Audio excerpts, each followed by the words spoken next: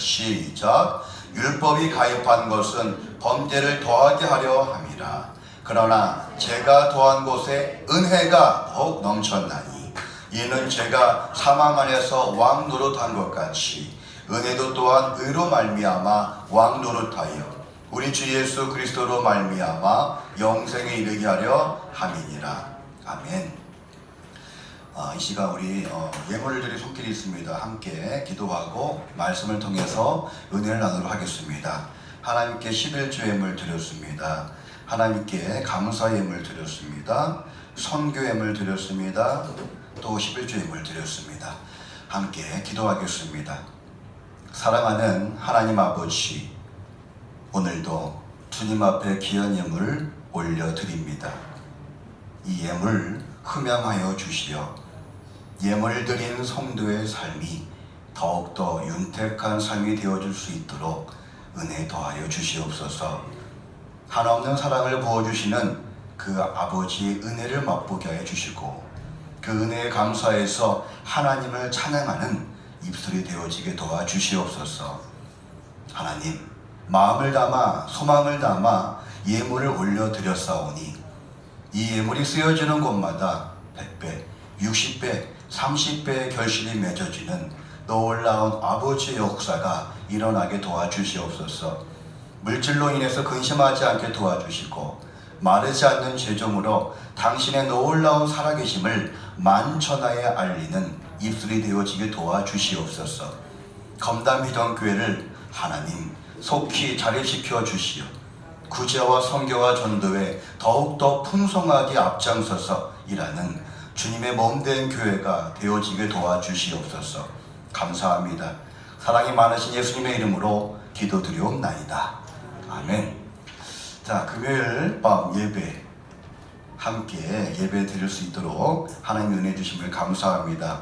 오늘 여러분 귀를 열시고 마음을 여시고 지금 지난주하고 아마 재지난주일 거예요. 계속해서 5장을 강의하고 있는데 왜냐면 5장이 너무너무 중요해요, 여러분.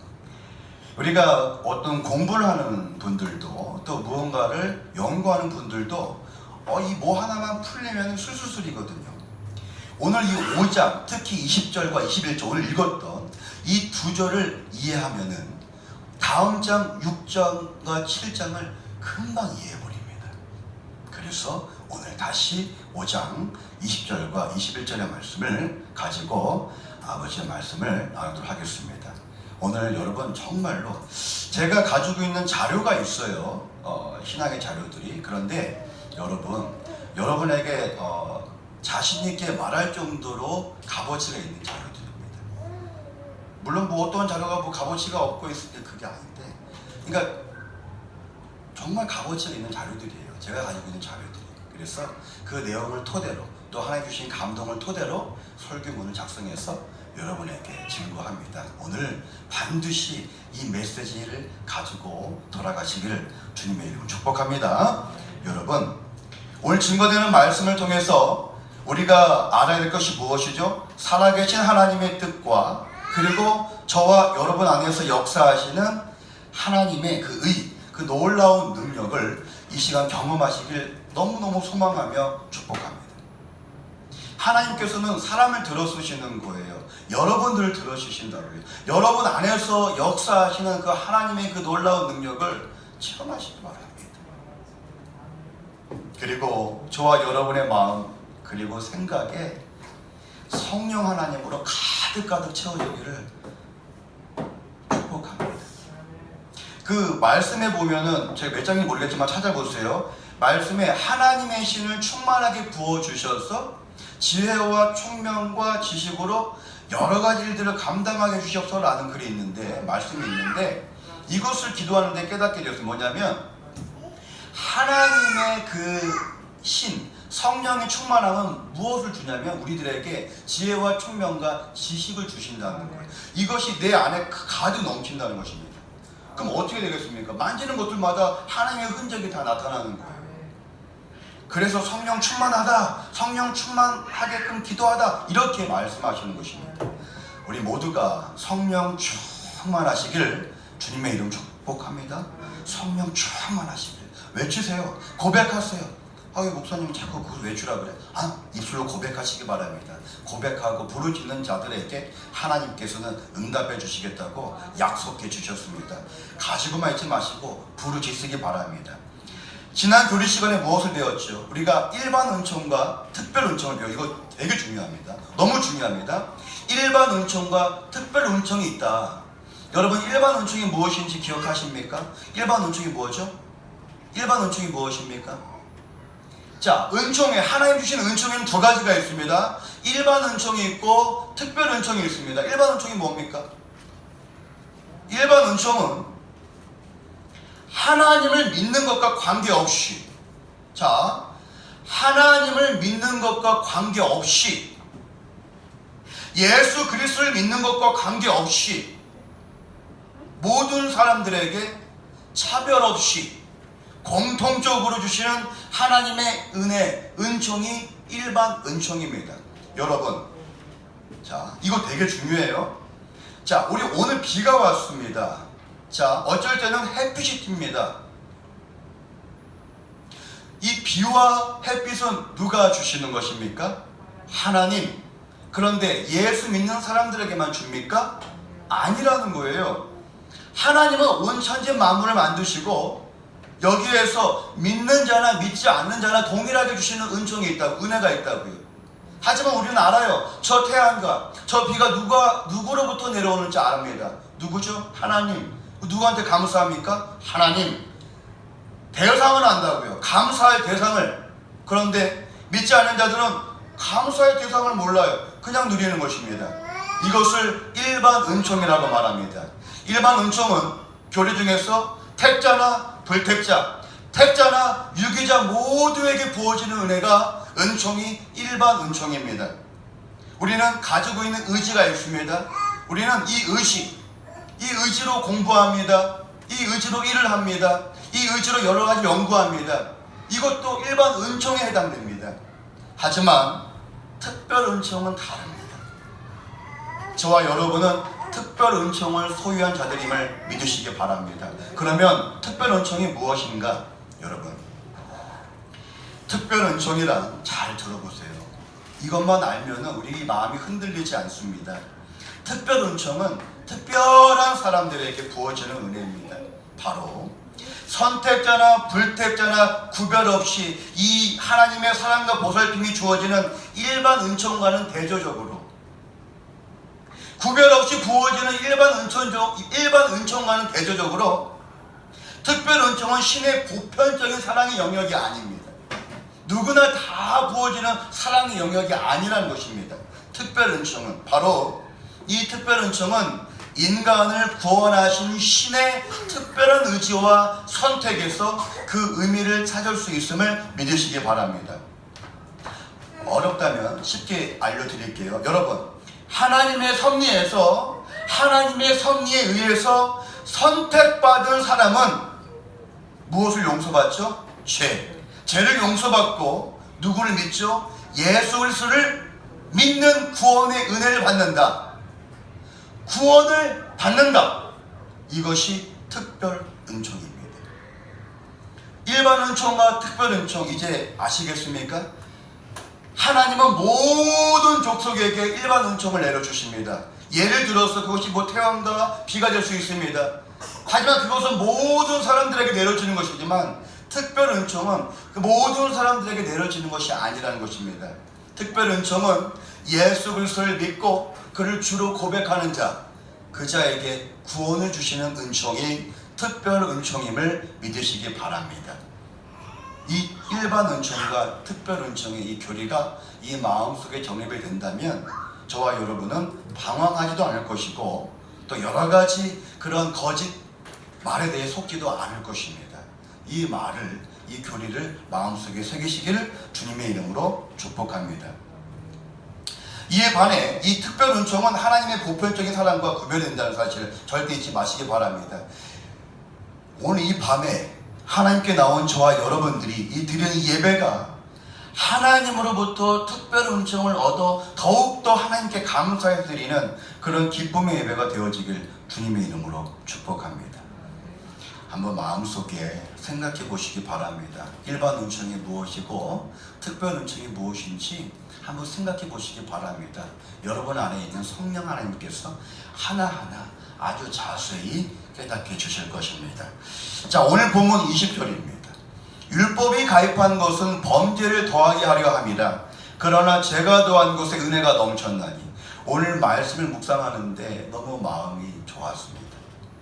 사도 바울은 지금 유대인 그리스도인들, 이 로마인들에게 무엇을 전하려고 하고 있는 걸까요? 지금 사도 바울은 이들에게 무엇을, 어떠한 뜻을 전하려고 하는 것일까? 왜 20절에 율법이 가입한 것은 범죄를 더하게 하려 함이라. 그러나 죄가 더한 것에 은혜가 넘쳤나니 라고 고백하면서 어떠한 메시지를 전달하려고 하는 것일까요?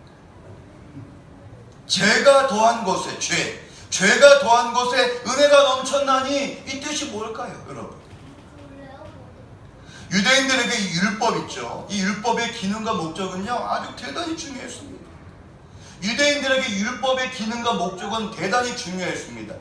그래서 사도 바울은 계속해서 그 문제에 있어서 그들에게 말을 하고 있는 거예요. 율법의 문제에 있어서.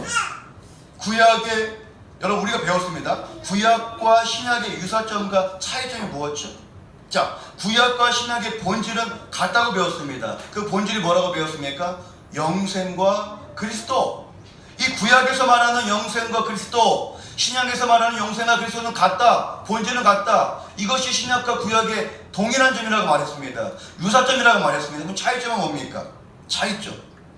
차이점은 그리스도와 영생에 대한 본질은 변하지 않지만 구약에서 주시는 하나님의 은혜와 신약에서 주시는 하나님의 은혜의 정도의 차이는 있다라는 것입니다.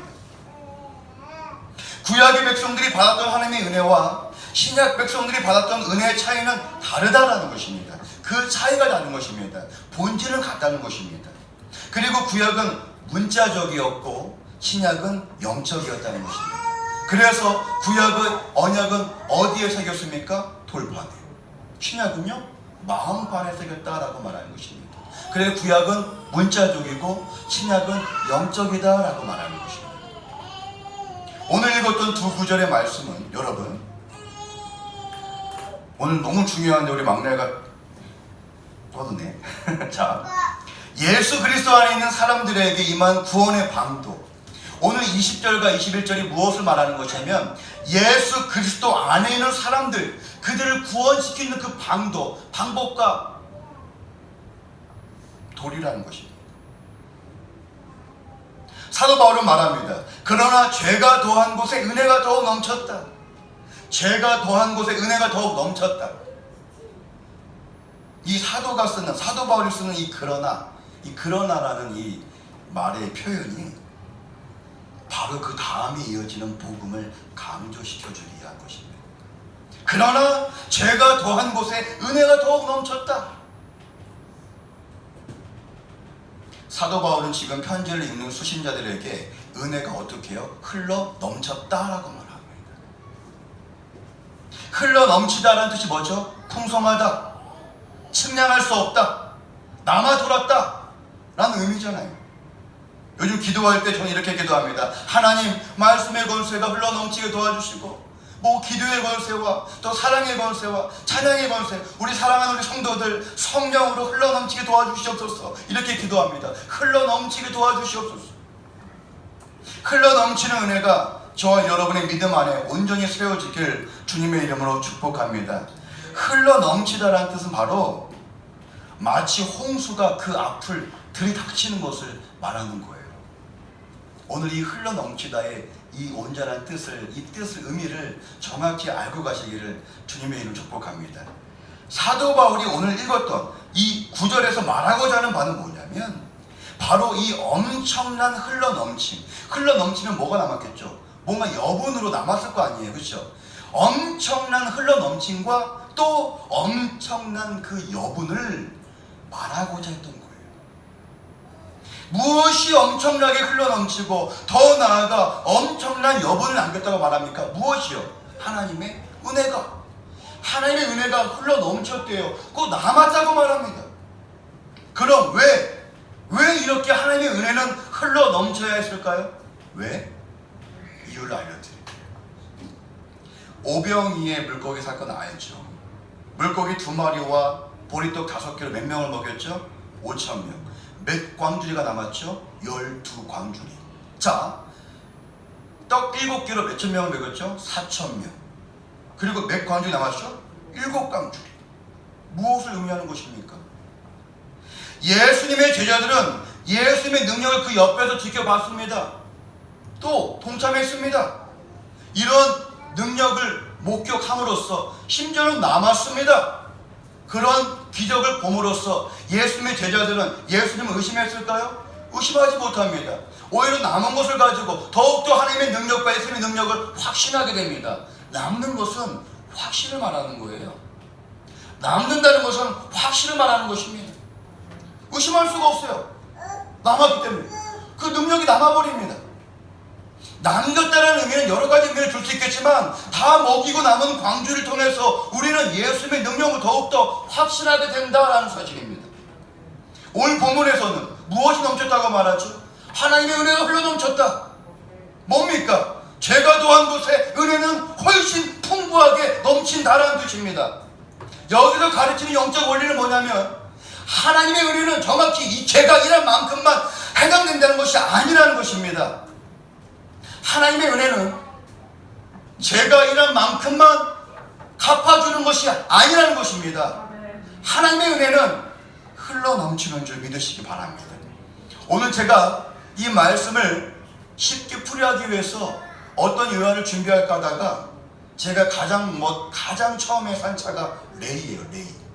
레이 초창기 때 나왔을 때 그게 딱 떠오르더라고요. 이 레이를 이 예화를 통해서 오늘 이 하나님께 우리들에게 주시는 메시지를 깨닫기를 원합니다. 여러분, 예전에 제가 이 전도사 때 있을까요? 이 레이를 샀는데 그 새 차를 여러분 새 차 샀을 때 기분이 어떻습니까? 새 차를 샀는데 아침에 일어나 보니 사모가 없어. 그 다음에 아침에 일어나 보니 사모가 없어. 어디 갔었을까요? 차를 막 닦고 있더라고. 너무 좋았나 봐. 왜냐면 그때 우리가 걸어 다니고 버스 타고 다니면 얼마나 힘듭니까? 근데 우리의 두 발이 되어줄 그 레이가 딱 오자 비 오는 데도 들어가서 막 닦고 막 그러더라고. 너무 좋아서.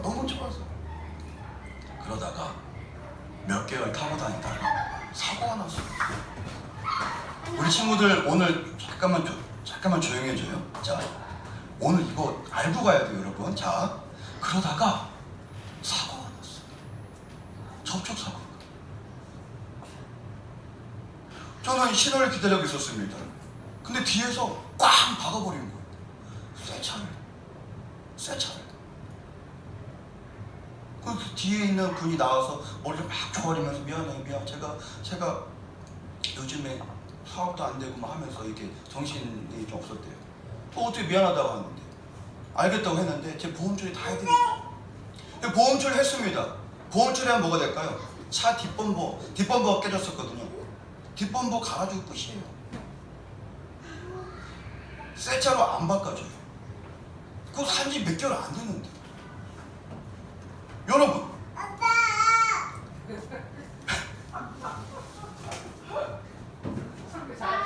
저희 차는 보험 처리했기 때문에 뭐가 남을까요? 사고 이력이 남아요. 만약에라도 그걸 중고차로 판다? 이 차 사고차다 그러는 거예요. 저는 가만히 있었어요. 뒤에서 박았어요. 그리고 나서 차를 새 걸로 바꿔주지도 않았어요. 뒷범버만 교체해줬어요. 저는 생각해봤습니다. 아니, 구매한 지 얼마 안 되고 사고 나면 완전히 이 새 차의 주인은 진짜 손해다. 손해인 거예요. 그렇죠? 하지만 요즘 자동차 판매하는 회사에서는 이런 프로그램도 있더라고요. 몇 개월 안에 사고 나면 새 차를 바꿔주는. 그전에 없었어요. 여러분, 이거예요. 자, 우리 친구들 조금만 조용히 해줘요. 자, 저는 가만히 있었어요. 뒷차가 박았어요. 우리는 가만히 있었어요. 우리는 죄를 짓지 않았어요. 누가 죄를 지었습니까? 아담이 지었어요. 왜 그 죄의 값을 우리가 받아야 됩니까? 이렇게 들어가잖아요. 자, 죄가 들어와 사망이 왕노릇합니다. 우리가 지은 죄가 아니에요. 인류의 첫 조상 아담이 지은 죄예요. 그런데 그 죄의 값을 우리가 받아야 돼요. 우리까지 받아야 돼요. 하지만 하나님의 은혜는 그 죄가 가지고 온 사망만큼 갚아주지 않는데요. 더 넘치게 갚아주신대요. 제 차를 박은 보험회사는 뒷범버만 갈아줬지만 하나님의 은혜는 완전히 새 걸로 바꿔준다는 것입니다. 근데 아시겠어요? 하나님의 은혜는 흘러 넘치는 은혜로서 제가 가지고 있는 그 정도만큼만 갚아주는 것이 아니라 하나님의 은혜는 흘러 넘치는 은혜로서 우리를 어디로? 영생에 이르게 함을 믿으시기 바랍니다. 이거 아시고 가시면 6장 7장 이해가 됩니다. 은혜의 초력이 단지 그 죄의 초력만큼만 갚아주는 것이 아니라고요. 그냥 단지 그 죄를 없애버리는 데서만 그쳐지는 것이 아니라 우리를 데리고 어디로 간다고요? 영생으로 간다고요. 우리는 죄를 사해줘서 감사하죠. 그걸로 끝나는 것이 아니라고요. 하나님의 은혜는 흘러 넘쳐서 우리를 아예 새 사람으로 변화시켜 주셔서 영생에 이르게 함을 믿으시기 바랍니다. 이것이 하나님의 은혜는 흘러 넘쳤다라는 뜻입니다. 이제 아시겠습니까? 흘러 넘쳤다는 것은 무언가를 덮어버리는, 이 무언가를 덮어버릴 수 있는 양이라는 것입니다. 즉 죄에 대한 그것만 해결하는 것이 아니라는 것입니다. 무언가를 뜯어 고친다는 정도가 아니에요. 뒷범버요? 이것만 고친다는 것이 아닙니다. 본어게인, 완전히 뒤엎어버리는 것입니다. 완전히 새 것으로 바꿔주는 것이 하나님의 흘러넘치는 은혜인 줄 믿으시기 바랍니다. 이것이 한량없는 하나님의 은혜라고 말하는 거예요. 사랑하는 성도 여러분, 저와 여러분 이 사실을 알아야 됩니다. 우리에게 오는 하나님의 은혜가 정확히 균형을 이루는 은혜의 정도가 아니라는 것입니다. 제가 그 정도에만 작용하는 것이 아니라는 것입니다. 하나님의 은혜는 훨씬 우리들에게 넉넉하게 부어주는 줄 믿으시기 바랍니다. 사도 바울이 말한 사망과 영생이라는 부분을 언급하면서 그들에게 전하겠다는 뜻은 뭐냐면 은혜는 단지 사망을 없애주는 데서만 끝나지 않는다는 것입니다. 하나님의 은혜는 단지 제가 가지고 들어온 그 사망을 없애주는 데만 끝나지 않는다는 것입니다. 그 은혜는 말입니다. 은혜는 영생을 주는 줄 믿으시기 바랍니다. 이것은 무언가 대충을 이루는 것이 아니에요. 생명은 적극적입니다. 생명은 사망에 반대에 불과하지 않습니다. 하나님의 은혜는 그 사망을 초월하는 것임을 믿으시기 바랍니다. 그래서 넘쳤다라고 말하는 거예요. 사도 바울은 우리의 구원이 절대적으로 확실하다라는 사실을 소망하고 있습니다. 만일 우리가 믿음으로 주 예수 그리스도를 바라보는 법을 진정으로 배웠잖아요. 우리가 배우고 우리 자신이 믿음으로 의롭다라는 사실을 알았다면 우리는 그 어떠한 것도 우리를 요동케 할 수 없을 것입니다. 바울은 말하기를 환난 가운데 내가 자랑할 수 있는 것은 환난은 인내를 낳고 인내는 연단을 낳고 연단은 소망을 이루게 합니다. 이 사실을 알았기 때문에 그렇다는 것입니다. 소망은 우리를 부끄럽게 하지 않음을 믿으시기 바랍니다. 그것은 우리의 확신을 뒷받침하고 있다는 사실입니다. 사랑하는 성도 여러분, 하나님의 은혜는 흘러넘친다는 의미를 이제 아시겠습니까? 베드로전서 4장 8절 무엇보다도 열심으로 서로 사랑할지니 사랑은 허다한 죄를 덮느니라. 사랑은 죄를 덮는다고 말해요. 죄를 덮을 정도의 크기라면 사랑은 얼마나 커야 됩니까? 그렇습니다. 하나님의 은혜는 흘러 넘치는 줄 믿으시기 바랍니다. 차고 넉넉하게 채워주는 믿으시기 바랍니다. 하나님의 은혜는 우리의 죄를 완전히 집어삼킬 만큼 넉넉하게 흘러 넘치는 줄 믿으시기 바랍니다. 베드로는 베드로후서에서 이렇게 고백합니다. 베드로후서 1장 11절 이같이 하면 우리 주 곧 구주 예수 그리스도의 영원한 나라에 들어감을 어떻게 해요? 넉넉히 너희에게 주시리라. 넉넉히. 하나님은 우리가 영생에 넉넉하게 들어가게 하는 줄 믿으시기 바랍니다. 우리가 가지고 있는 죄는 그 죄를 해결할 만큼만 있으면 안 되는 거예요. 넉넉하게 완전히 집어삼킬 정도로, 완전히 덮을 정도로 은혜가 있어야 되는 것입니다. 하나님의 은혜는 우리의 죄를 완전히 삼킬 정도로 넉넉하다는 사실을 믿으시기 바랍니다. 오늘 말씀을 연구하는데 어찌도록 눈물이 나는지요. 왜요? 저는 저의 과거를 알아요. 예수님을 인격적으로 만나기 전 저는 저를 압니다. 그 모든 것을 하나님은 하나님의 은혜로 덮었다라는 것입니다. 내가 그것을 기억하지 않겠노라. 내가 그것을 기억하지 않겠노라. 기억할 수가 없어요. 왜요? 그 은혜가 그 죄를 집어 삼켜버렸기 때문에. 이런 은품이에요. 하나님께서. 하나님이 우리를 얼마나 사랑하신지 깨달았기 때문에 마음이 먹먹하더라고요. 우리의 죄를 당신의 흘러넘치는 은혜로 완전히 덮어주시오. 우리를 영생에 이르도록 하시느라 하나님의 은혜를 생각하니 너무너무 감사했다는 것입니다. 사랑하는 성도 여러분, 저는 로마서 강해를 준비하면서 이 로마서 강해 너무 어렵다라는 사실을 깨닫게 됩니다. 하지만 이 부족한 종을 들었으시오. 그래도 당신의 말씀을 증거할 수 있도록 사용해 주셔서 감사하다라고 고백했습니다. 온 천지 만물을 지으신 하나님께서 우리에게 주신 은혜는 적당하지 않다, 넉넉하다라는 사실을 잊지 마시기 바랍니다. 그분은 흘러넘치는 은혜를 우리에게 부어줬다는 것입니다. 그 흘러넘치는 은혜를 경험하고 믿는 하나님의 자녀는 우울한 찬송 안 불러요. 우울한 삶 살지 않아요. 날마다 승리하는 삶, 감사, 영광, 찬양 올리는 삶을 살아야 함을 믿으시기 바랍니다. 그리고 그 은혜는 끝이 없다는 것입니다. 이 성경에 있는 말씀과 찬송이요, 이 성경에 있는 말씀과 찬송은 다 그 은혜에 대한 교훈과 해석이라는 것입니다. 하늘의 영광을 가장 크게 맛보는 사람은 지옥에 뻗치는 그림자를 맛보았던 죄인일 것입니다. 예수님의 발을 자신의 머리카락으로 씻겨주었던 여인이 누구죠? 그 여인 기억하시기 바랍니다. 그녀는 다른 어떤 사람들보다 죄인이었을 것입니다. 하지만 그 여인은 바리새인이었던 시몬보다는 훨씬 주님을 더 사랑했습니다. 왜요? 읽어드릴게요. 누가복음 7장 44절, 여자를 돌아보시며 시몬에게 이르시되 이 여자를 보느냐? 내가 너의 집에 들어오매 너는 내게 발 씻을 물도 주지 아니하였으되 이 여자는 눈물로 내 발을 적시고 그 머리털로 씻었으며. 그리고 예수님은 이렇게 말씀하십니다.